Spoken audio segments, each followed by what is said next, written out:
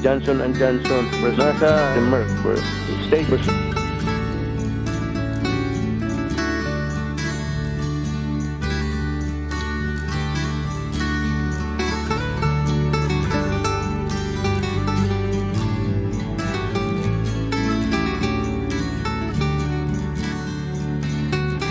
Johnson & Johnson versus Merck for state versus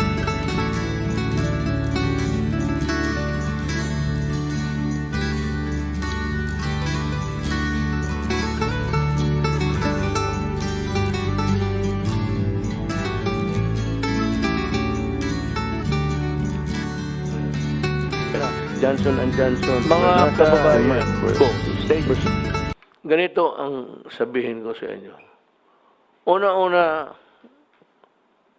we always invoke the name of God. I thank the Lord for guiding the brains of other races, other than Filipinos. Well, we were trying, but they were, so, lack of facilities or talagang wala talaga tayong infrastructure for research and meron na hong bakuna. Ang hingin ko sa inyo ganito, magtiis lang kayo ng kunti dahil nga sa hawaan. Ngayon marami na ang nahawa. It's because yung iba, ayaw ninyong magpapigil. Sabihin niyo, wala kaming roadmap. The roadmap ng recovery natin, I do not know din yung headline ng newspaper. Sabi ko nga, ako nagbabasa ng newspaper. The roadmap, if it's about me, I do not read. Duterte, where is your roadmap? Hindi nga kami maka-roadmap because we were talking about a budget. Ito ng gabing ito. Hindi kami makaano ng, I could not have uttered a single sentence about roadmap to recovery. Kasi ang una talaga diyan, ang medicine. Now, sa meron na, except for the authorization, yung i-distribute na, at yung final approval, distribute na sa mga opisina nila dito, Pfizer, Moderna, for the public. I promise you, by the grace of God, I hope, by December, we would be back to normal. Huwag ninyo yung new normal. Kasi sabi ko nga noon, pag umpisa natin, hintayin lang natin yung vaccine. Hintayin lang ho ninyo. By December, kung makatiis kayo, kasi kung lalabas rin kayo, matamaan kayo, patay rin. Ang mayroon ng kasasabi ko nga, kaya ako saludo talaga ako sa Chinese. Kaya iba dyan, sige kayo daldal. Ang unang makuha nga natin siguro from China, Sinovac, China, Phase 3, Emergency Authorization, pati approval. Sinopharm, China, sa Wuhan pa, doon galing yung so this day.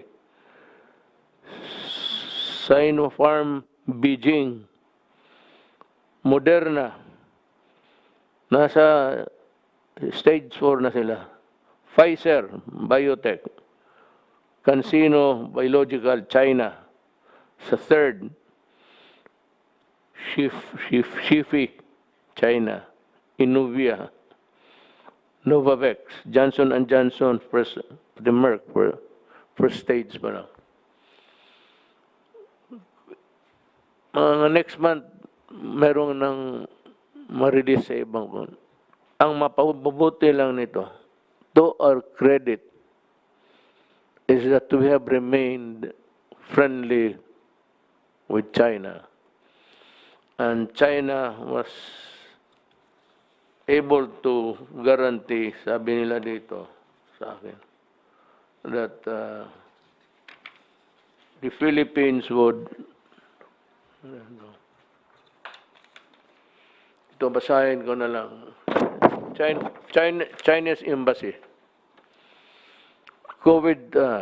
China, to give priority to the Philippines once the COVID-19 vaccine is successfully developed, said spokesperson Wang Wenbin at the regular press conference on July 28, 2020.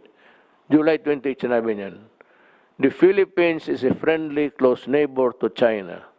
Since the outbreak of COVID-19, the two countries have been standing together with mutual assistance, turning epidemic cooperation to a new highlight in Blatter. Nangako sila na may priority tayo. Ang the first three, China ang nanguna eh. Moderna pati yung Oxford AstraZeneca. It's a ano ito? American kung British. Now, ito ngayon. Balik tayo sa mabutit nandiyan dito yung cabinet. Magtanong sila, mabigyan ba kami, Mayor? Ito ang i-guarantee ko. Ang listahan ng mga tao na makatanggap ng pera noon sa hirap, ang una, ang nagbibigyan ng assistance, yun ang kategory natin. Ang mauna, yung walang-wala. At saka, of course, those in the hospitals. Yung mga sick na or dying. Ang una talaga yung mga tao sa listahan na tumatanggap ng assistance sa gobyerno. Ngayon, pangalawa, yung middle income. Libre to, hindi ko ito pagbili. Yung third, kagaya mo, Bong, Wendell, Sani, ikaw, Gina Lorenzana, Anyo, ikaw ma'am, ako nang yung para akin hatiin natin. Bigyan kita. Wendell is not sure. Alam mo itong mga military na ito, pobre ito. Mauna rin kayo. And also, my military and my police. Because I need a strong backbone. The backbone of my administration is the uniform personnel of government. Yung mga mayaman, huwag na ninyo akong isipin kasi hindi ako nag-iisip sa inyo. Sorry na lang. Kayo kung maka-afford, pag nakita ka na nagpapabakuna ka dyan ng libre, tsaka may mga tao na gusto ko injeksyonan uli ng COVID-19, dagdagan ko pa yung kagaw sa katawan. Ano bang kagaw sa Tagalog? Germs. Kagaw sa Bisaya. Kamu mga suburbiyo mga galit pa kayo sa akin. Kamu mga Cebu, nasuko pa sa ako. Ngano gisaway ta mo? Ngano di ta mo sawayan during the critical period, kita na ko ang Cebu freewheeling, murag walay COVID. Motong ako ang inom pa magsuga. Sos Ginoo, ako yung mayor nga to. Sipa nga buto. Pakaon ko ng inyong sunoy yung pakilaw ko na inyo tubangan. Kita mo, Cebu, ang spike ng Cebu, ang taas. Ito ngayon, sabihin ko sa inyo, pagtiis-tiis lang kayo, nandyan na eh. Sinabi ko, yun ang pinagdadasal ko sa Diyos. Na for God to guide the guiding light so that these guys can make the vaccine. Yun ang distribution. Ano yung listahan na tilungon ng gobyerno, sila ang mauna. Yung mga upper income, magbili na lang kayo. Libre to. Bilihin natin. Sunny will explain to you kung paano. So,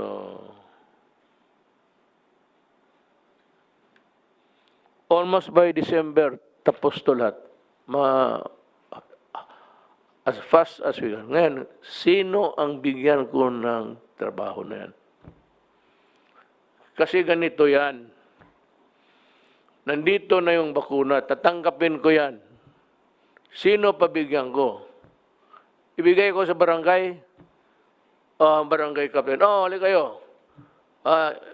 Sabihin niya sa leader niya, yung si kapitan, wala yan, hindi nagtulong. Bahala na mamatay na yung barangay niya. Mamuliti ka, unahin niya, siya, mayaman na, ako muna. Hindi, yung mga kalaban niya politika, hindi mabigyan. Yung ayaw niya, hindi mabigyan. Ngayon, sino ang magdala nito?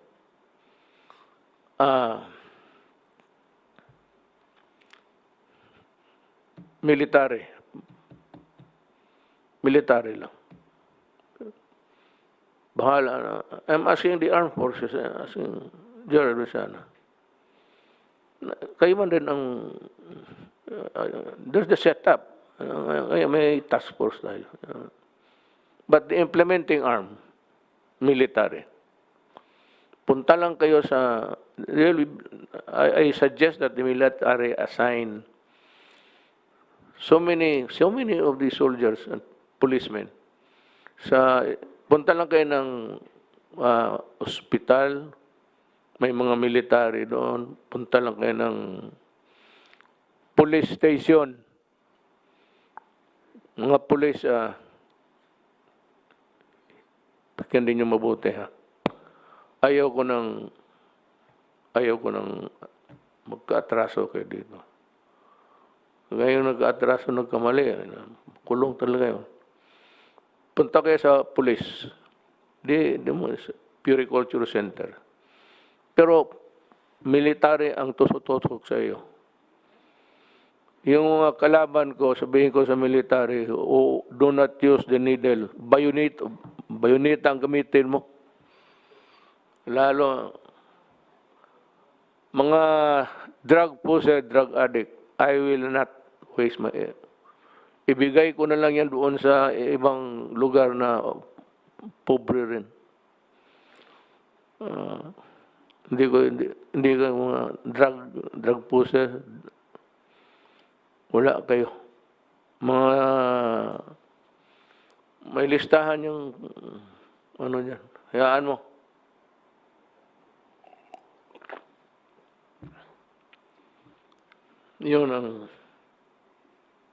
Yun ang utos ko. Yan ang gusto ko.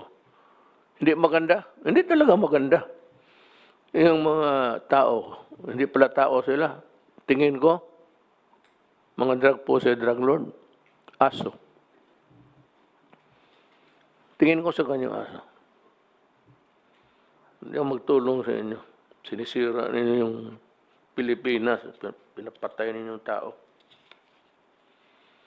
So, we'll hear Sunny talk about kasi ang tinatanong ng anong gusto ng tao, sabi na, marinig lang nila kung anong plano mo. Wala pa akong plano kahapon kasi ngayon lang ito dumating eh. Itong balita sa vaccine. Yung ilan, yung kompleto na talaga.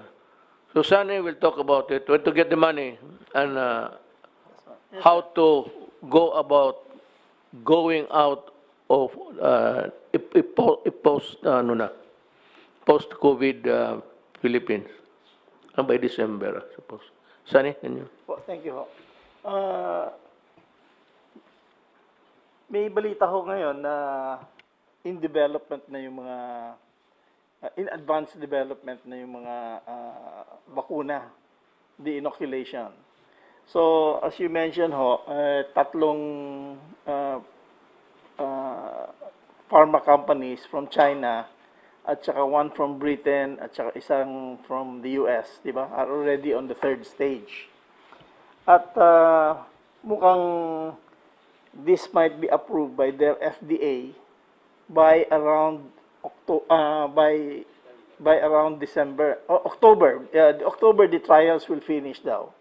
And so before December, most likely ma-approve na po yung ng mga FDA nila, yung Food and Drug Administration. So when that happens, ang Department of Health ang mamili kung anong tamang bakunang bibilhin. Okay. Ngayon, may financing plan na ho kami dyan. Ang estimate ho ng Department of Health, we will need to vaccinate for free a minimum of 20 million people. Di ba? So I don't know if it's one vaccine or two shots. Two shots though. So we need 40 million vaccines. Doses. 40 million doses. Ang 40 million doses times roughly $10 per dose, di ba? Is $400 million or roughly 20 billion pesos. Ang plano ho namin is we will use yung Philippine International Trading Corporation na under sa DTI, bumili nitong bakuna. The ones chosen by the Department of Health. Tapos, ite-turn over ho ito sa Department of Health para magamit nila sa mga poorest of the poor muna. Yung first, lowest 20 million in our country. So once that happens, the Department of Health now will put in their budget to pay this $400 million or roughly 20 billion pesos. And we can pay that over maybe 2 or 3 years. So babayaran na lang nila to the financing company, which is Land Bank and DBP. So kayang-kaya ho ng DBP at saka Land Bank i-finance itong purchase ng COVID virus of about roughly mga 20 billion pesos. So we have a plan and we can execute it as soon as the Department of Health chooses which vaccine or vaccines they want. Baka you'll choose several. So certainly by late this year, if it's available, we can already buy it. So it should be available for free to the lowest, to the poorest of the poor first in this country. So at $10 per dose, that should be around, siguro when they sell it, siguro mga 500 pesos per dose, or roughly 1,000, or maybe including the service and the transportation, siguro mga 1,200 pesos per treatment. So that's totally available. The financing is available for this program. Once the vaccine is available, I'm sure the economy now can be fully open and we can start not the new normal, the normal life. We can go back to the normal life now. Sir, could you run us through, breeze us through with how the economy can recover? You just use the bold lines. Opo. The economy actually is already beginning to recover. Ang estimate ho namin, we hit already the lowest part of the economy, which was April, May. Yun ho ang pinakamababa as we can see. So it's already picking up now. And we are going to be seeing a pick up in the in business activity as we go on. Actually, it's already starting to pick up already now. We have a few problems. Among them, number one, yung transportation. Kailangan na we have to have more transportation available. We have to encourage people also to start spending spending money so that the economy can start picking up.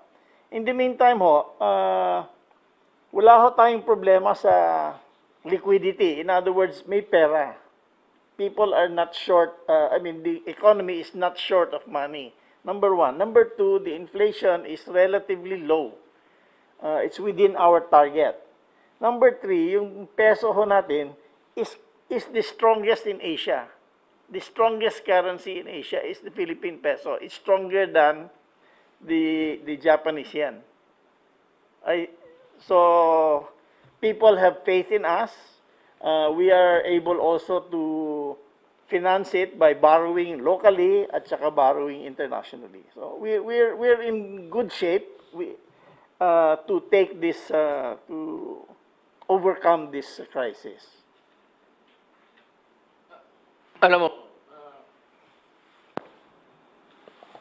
one thing that I would like also to remind people, lest they begin to misconstrue what we're saying. Sabi mo noon, Mayor, walang pera, maubos na ipagbili natin. Sabi ko, kung walang vaccine, that is why I've been repeating vaccine, vaccine, vaccine. And kung walang vaccine, pag tumagal ito, maubos ng pera natin, maubos talaga. Sabi ko, magpasalamat tayo sa Diyos for guiding the hands and the brains of those people who made it possible to come up with a vaccine now. Nung sabi ko na kung wala, so bakit sabi may pera? May pera kasi mankind was able to arrest COVID on time. It was about 6 months, meron ng glimmer of hope then. Now it's there, actually in front of us. Bakit hindi madiretso galing China? Hindi yan kasi dadaan pa ng ating sariling clearance. Meron pa tayong food and drug. Baski na sabihin mo galing Amerika, galing China, galing United Kingdom, our experts have to see to it that it is not deleterious, it is not harmful to people. But what I'm going to stress again is that kayong mga tao, kayong naghihirap, huwag kayong slowly lang kasi yung hawaan.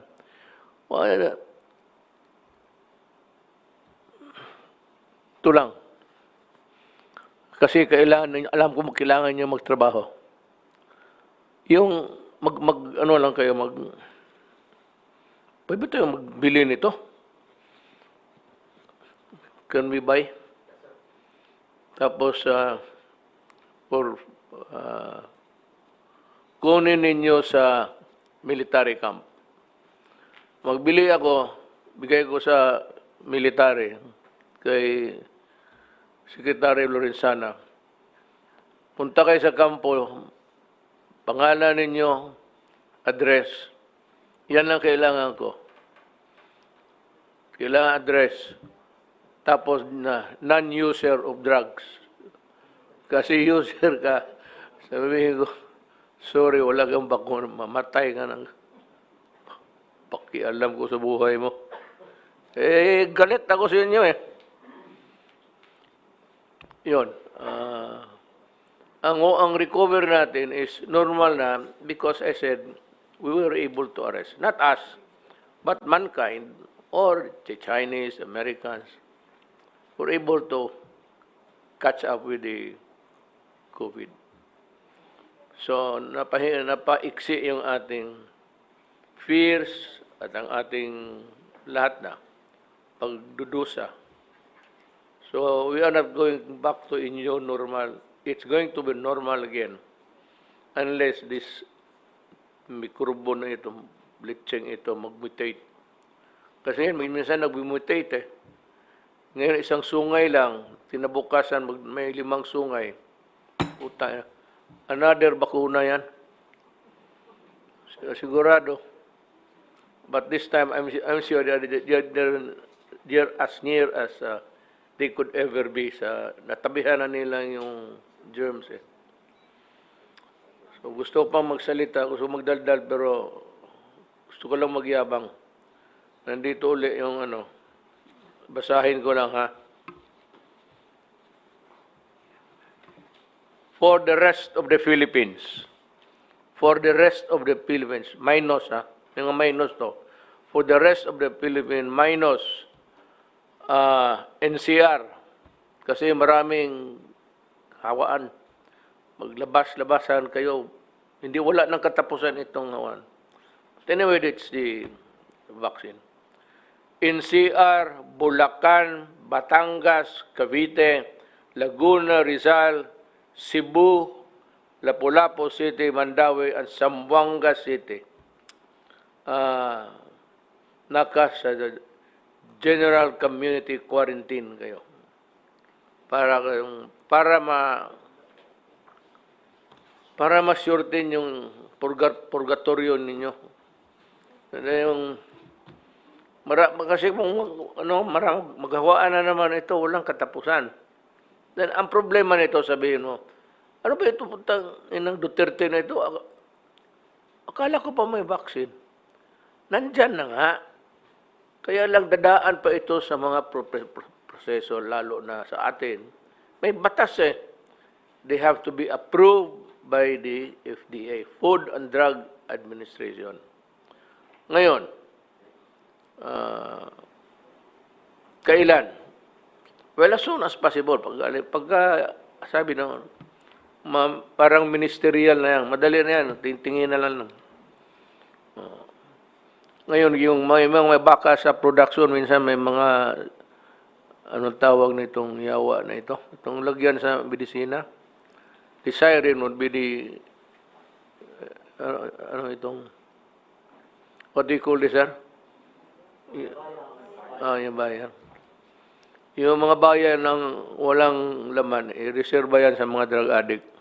Hangin yan, putang ina kayo. The rest of the Philippines, modified general community quarantine. Itong mga sinabi ko mga Philippines, tiis-tiis muna kayo. Yun lang. Not Philippines, okay na. Modified general community. Kunting ingat lang, wag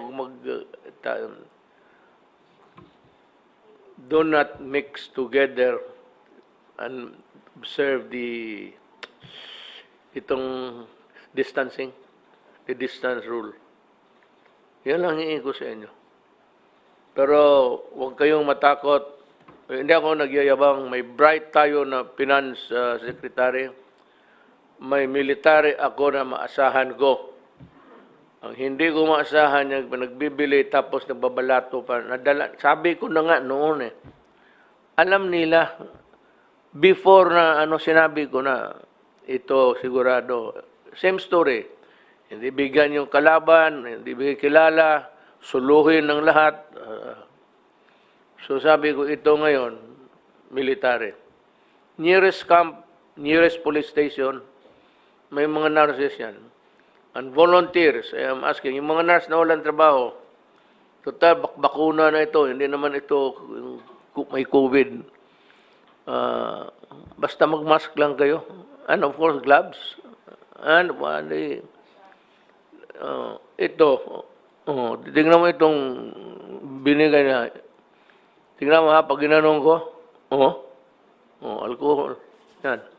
Kaya ako, kanina pa ako, sige, naglalaro ako, nag-enjoy ako na parang sprout eh. Yung nanonood sa atin, alam nila, kanina pa ako, gano'n. Pero, hindi, sabi na ito si Duterte, loko-loko. Gago. Kung loko-loko ako, ikaw na sana ang na-presidente, hindi ako. Totoo yung sinabi ko, alcohol. Pag walang alcohol available, hindi ka naman pwede, lalo na mahirap. Magpunta ka lang dyan sa gasoline station niya pagkatapos magpatulo ng, that's disinfectant. Alcohol. Gas. Yung ginagamit yung gas pang magpatulo ka lang just to disinfect. Ang akala naman itong mga buang na nagsabi sa akin, Duterte, para sa inyo ang hindi nakakaintindi, sa totoo lang, Hindi ako nagbibiro. Totohanan yun. Akala ninyo nagbibiro lang ako. Pero sa totoo, hindi rin ako nagbibiro. Kayong mga, you try to go inside my brain. Yung kung walang iba, ano ang gawin niya? Na, pati side view pala itong buang na ito. Ano, anything that would kill the germs actually. Pero kanina pa ako.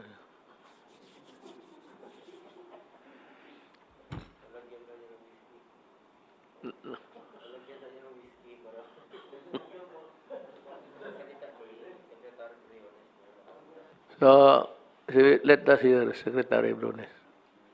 Education is, malapit na ang D-Day mo. So, you can, as a matter of fact, the next meeting, we will decide on the actual date of how to open the schools. Ang akin, basta mabakunahan lang. I'm talking about within in the months of October, November, December. Thank you, Mr. President. Actually, mayroon akong, I have a presentation, in the light of the good news that has been presented by Secretary Dominguez, this is very good news for education. Kasi, alam mo, Secretary Sani, ang impact sa downturn ng economy is largely because of the sa education. So we thank you for your statements during the SONA, emphasizing the blended approach, and I'd like to report, Mr. President, that as of July 30, 22.3 million learners na ang nag-enroll, on the assumption that classes will start on August 24. Pero blended learning ito, Mr. President, walang face-to-face. At ang kagandahan sa news ni Secretary Dominguez, mag-i-increase ang enrollment sa private sector dahil right now, 31% ang medyo maliit na enrollment sa private sector ay galing sa private sector. Ang public sector, 92% na. So in spite of all the fears, COVID and the economy, enrollment is still going on. Ang assumption nila ay August 24 kasi nag-enroll yung mga bata at parents August 24. At saka na-achieve na namin ang target enrollment na nagiging goal natin. Now, sinabi natin na may conditions na sa limited face-to-face. This will be on tama-tama, Mr. President, sa announcement ninyo at saka sa announcement ni Secretary Dominguez kasi ang schedule natin for face-to-face learning will be in 2021. Pero very strict ang health standards na dinidemand natin. So, dito, Mr. President, in the meantime, kung mag-start tayo ng August 24, ay kayang-kaya natin mag-start on August 24 sa blended learning na approach natin. Kasi ilang buwan na, nag-aano na tayo, nagda-dry run na, nagsa-simulation na sa lahat ng mga districts using the different approaches. Halimbawa, Mr. President, 345 na districts, regions ang nag-dry run. Prenactice na namin ito on August 10, i-launch natin ang opening ng school year, pero praktisado na ito kasi dry run namin anong itsura kung radio, anong itsura kung TV, anong mangyari kung online o platform, anong mangyari kung modular. So I will take the last 4 minutes of your time, Mr. President. Papakita ko sa inyo dahil you were very attracted to the idea of radio-based teaching and learning. So mayroon kaming dito. Can I show the video? The 4-minute video. Sinubukan namin ito sa isang IP IP community, talagang from beginning to end. Marami na all over the country, lahat na regions pinapractice na so that by August 24, handang-handa na talaga tayo sa isang IP community in Mindanao o sa isang baryo. I really am proud to have you in the cabinet. Anyway, basahin, that's what I do. Kung man trabaho sa araw, I read all of this. Sige na lang, we will dispense with the rest of the, Yes. okay lang. Itong no special, basahin mo yung kondisyon? Opo, yung Sige. conditionalities po para lang po sa Metro Manila at saka sa Region 4A. Bagamat gaya po ng sinabi nyo na ang kaso ay mataas pa Taas. at marami pong nahuhospital, ito po yung mga conditionalities para sa ilalim po ang sa GCQ o Metro Manila at ang Region 4A. Unang-una po, magkakaroon po ng strict localized lockdown, ECQ sa mga barangay kung saan merong 80% po ng mga kaso at ito po nga mga lugar ng po ito ay ipapaalam natin sa publiko through publication. Magkakaroon po tayo ng stringent enforcement of minimum health standards. Ito po yung hugas kamay, suot ng mask at social distancing. At pagsuot na rin po ng face mask, 4 na po ngayon ang ating minimum health standards. Ng face shield. Magkakaroon po tayo ng massive targeted testing, intensified tracing po, at saka quarantine ng mga close contact. Ang magandang balita po, meron na po tayong 10 million testing kits na gagamitin na natin doon sa mga lugar na lockdown po ng mga barangay. At ang Department of Health po ay nasa proseso na pinapilot po at pinoproseso yung tinatawag na pooled testing, kung saan ang isang testing kit po ngayon, dati ginagamit lang ng isang tao, ngayon po pwede lang gamitin ng 10 tao. So ang 1 milyong testing kits natin, pwedeng matest ang 10 million, simula na po yung proseso ng validation ng Department of Health. At inaasahan po natin na yung pilot studies ay gagamitin po natin sa mga localized na mga barangay na na-lockdown.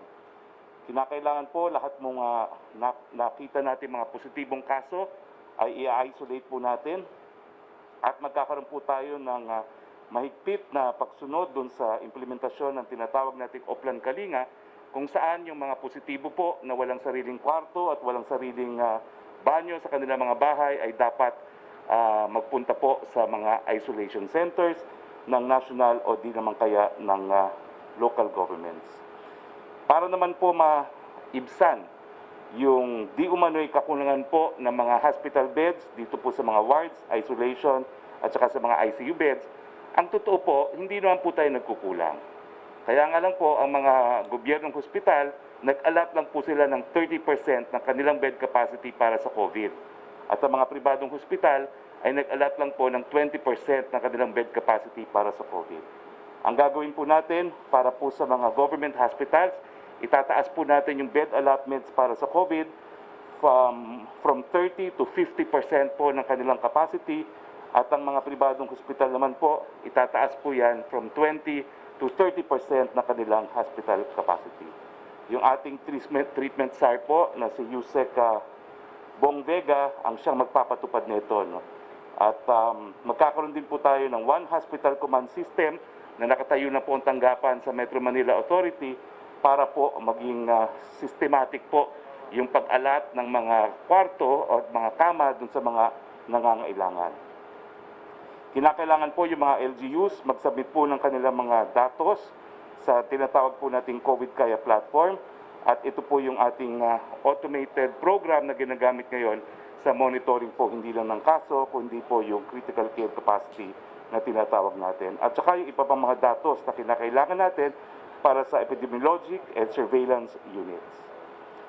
Now, ang mga impormasyon po na kinakailangan i-submit ng mga local government units, yung daily trend of active cases, number and percent of population, yung cases in community isolation facility as against po sa health facility at saka dun sa mga nasa bahay lamang, yung percent of close contact traced and percent of contacts in quarantine, number and utilization of community isolation beds, at saka po na-meet na po yung health system capacity targets and utilization, at saka yung COVID Special Team Investigation and Reports. Kinakailangan din po na ang mga LGUs ay magsumite ng kanilang detalyadong mga plano sa strict enforcement ng minimum health public standards para po sa kanilang mga priority areas at mga barangay. So, ang Regional Interagency Task Force po ang siyang tinalaga para po ma-monitor ang kanilang health system performance, capacity, and strict compliance po sa surveillance, isolation, and treatment protocols. Now, lahat po ng mga probinsya at mga HUCs and ICCs ay hinihikayat na mag-observe ng minimum public health standards, magkaroon ng uniform implementation sa mga high-risk areas gaya ng healthcare settings, wet markets, supermarkets, government offices, and workplace among others. Yung localized community quarantine and availability of identified quarantine facilities in priority critical areas with community transmission, including private and public establishments with concurrence po ng regional IFTF. At saka yung immediate facility-based isolation po ng lahat ng mga bumabalik ng ating mga mamamayan, yung mga suspect and probable cases. At saka yung pagpapa-scale up po ng local health system capacity, lalong-lalo na po for community isolation and critical care. So, ibig sabihin po, malaki pong pagbabago ang gagawin natin sa GCQ areas, lalong-lalo na po yung massive targeted testing at saka yung intense tracing po na gagawin na po natin na pinamumunuan po ng DILG at ng ating tracing SAR, Mayor Benji Magalo. Maraming salamat, Mayor. So, yes, Secretary Anyo. Magandang gabi po, Mr. President. Sir, tama-tama po yung inyong order sa amin. Noong pong July 22 ay nagkaroon kami ng signing ng Joint Memorandum Circular with the different departments po. Kasama yung ARTA, DICT, yung DHSUD, DOH, DOTR, DPWH, CAAP, FDA, at saka po yung DILG. Ito po yung tungkol dito sa application ng mga license, permit, clearances para sa shared passive telecom tower infrastructure. Ito po mga permit para sa telecom.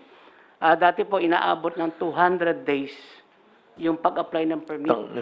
Dito po sa bagong GMC namin, kasama yung lahat ng ahensya, pati LGU, kasi sabay-sabay na po ito pag-process. Dati po, kailangan pa ng Homeowners Association resolution, kailangan pa ng Sangguniang Bayan resolution. Wala na po yun.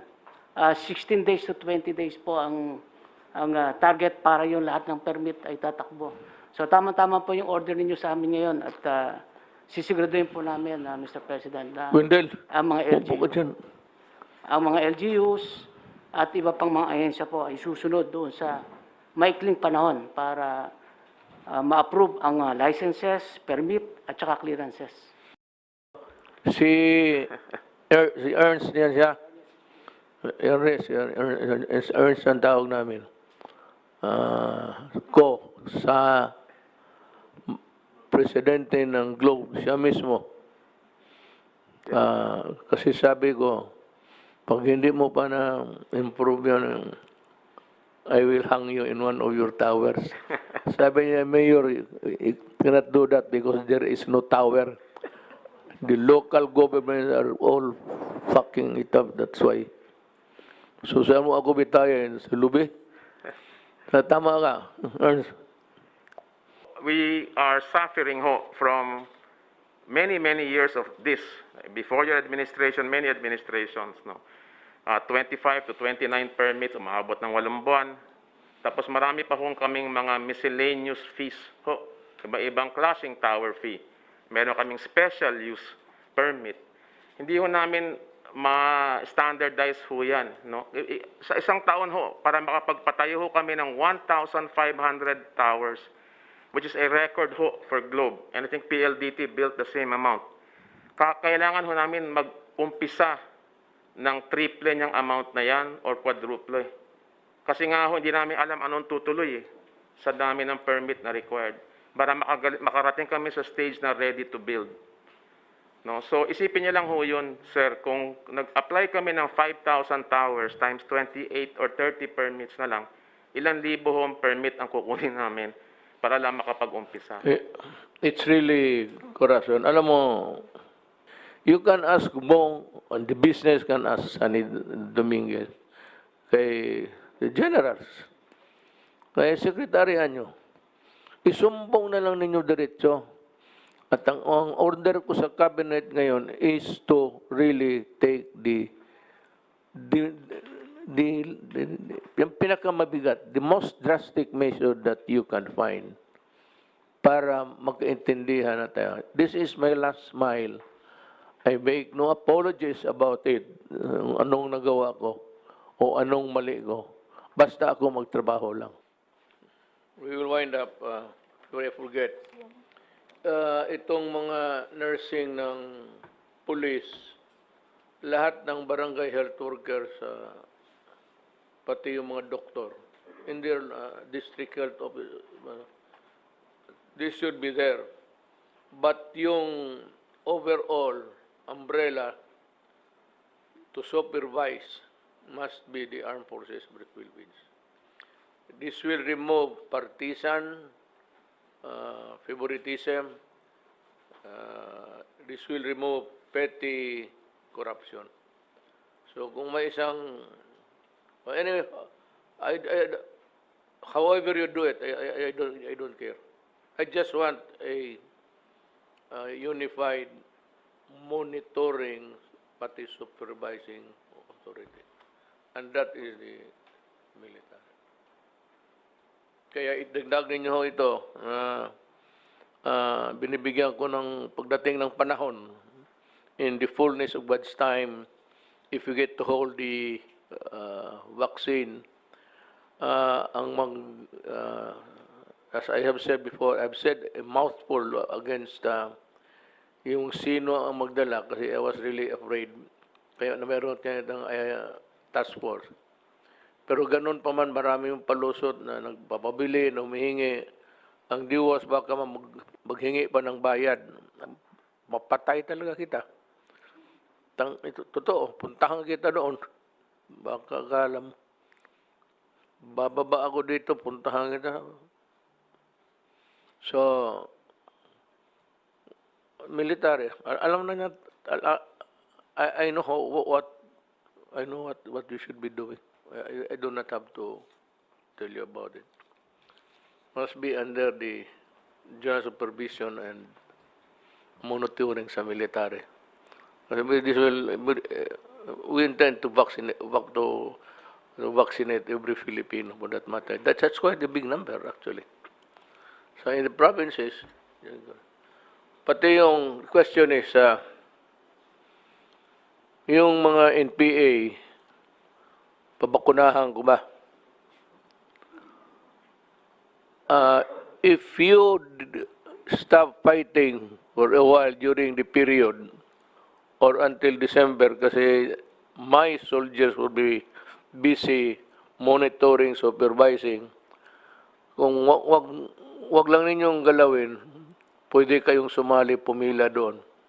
And even if you announce that you are in an NPA, it's okay. Wala mo nang pagamot ka muna o magpavaccinate ka para mahusay kang lumaban sa pwersa kung tigas itong aking forces. Matakot ako sa inyo, wala kayong eroplano. Saranggola siguro meron. Wala kayong baroto, basige, barko.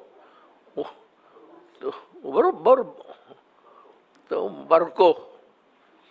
Wala kayong mga jet, tapos matakot ako sa inyo. Kalukuhan yan.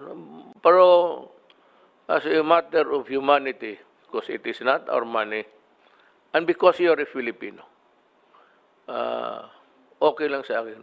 Okay nga ako sabihin, boss, sa unit ako, partisan, sabihin ko sa military, palusutin lang ninyo.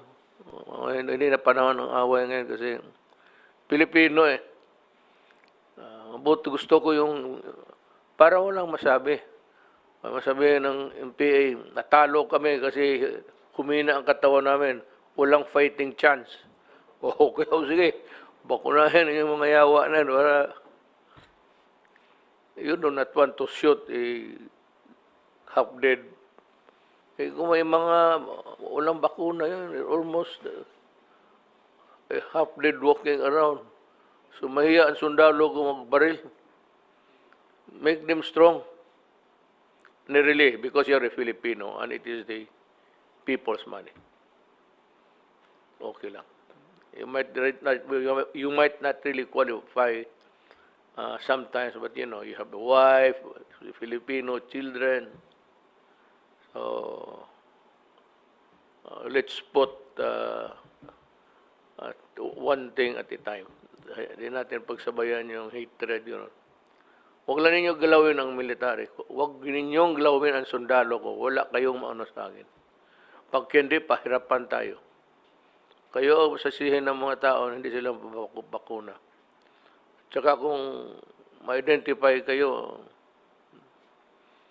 huwag ninyong galawin sundalo ko. Pahayaan ninyo magtrabaho, mga nurse, gobyerno. Post-COVID na tayo, mag-away uli. Something like... Hindi ito unilateral ceasefire. I'm just telling you, stop it. Just stop it. And allow the normal process of helping the country. Go ahead. Okay? Thank you.